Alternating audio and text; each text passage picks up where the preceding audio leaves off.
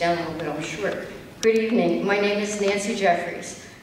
I've had the honor and privilege of being a family doctor in Lancaster County for almost 30 years. When I moved here from Philadelphia, where I was born and raised, my first reaction to Lancastrians was that they were stubborn and willful. Over 30 years, I've come to appreciate these qualities as a positive and a reason for pride. There is a long, deep heritage in this county, and many families can trace their histories back to the 18th century.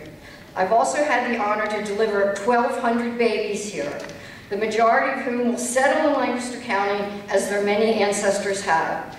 They are our hope for the future, and we need to protect that future for them. Williams has not been a good neighbor. Despite their good neighbor grants, which I would like to point out that Manheim Township School accepted a $9,000 grant in blood money. Williams has lied to us, they've trespassed upon us, they've arrested us, and they've disrespected us. Williams does not care about us, our grandchildren, or even their own workers. One of our local supporters was arrested for filming many out-of-state license plates on a local project Williams was doing in Drumore.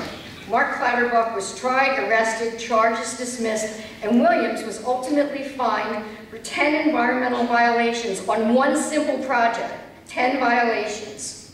There will be 37 full-time jobs at the end of this along the Atlantic Sunrise Pipeline if this goes in. Hardly the great job creation numbers that have been touted.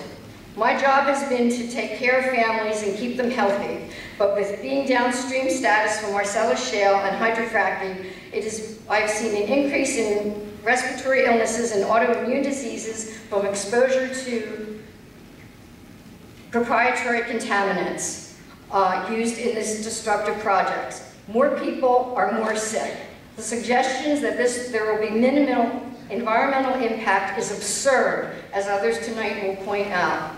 My home is in the vaporization zone of a rural sacrifice zone. With the pipeline of this unprecedented size, the calculated blast zone of 1,150 feet on either side of the pipeline.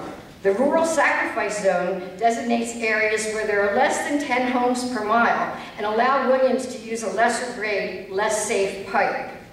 I live on a granite mountain that is the site of an ancient volcano. A local college geology professor has stated Williams has no idea what they're doing or what they're getting into, since it's never been done before. We were told at the August 2014 FERC hearing at Millersville there would be no need for demolition or blasting, yet Williams' recent submission to the Baltimore Army Corps of Engineers talks repeatedly of blasting, demolition, and other activities deemed necessary. They also propose extracting 2.1 million gallons of water a day from the Conestoga River, transporting it 3 miles to the drill site where they will drill 90 feet under the Conestoga. This water will then be contaminated by surfactants and other drilling chemicals and not returned to the water cycle, but be stored in above-ground toxic water pits, also designated as needed in the FERC documents. If our planet is to survive and the babies I've delivered are to have an opportunity to lead healthy lives with clean water and clean air as an inalienable right, the fossil fuels must stay in the ground. Lancaster has a long, proud history. It should have a long, proud future. Lancaster decides, not FERC. Lancaster says no.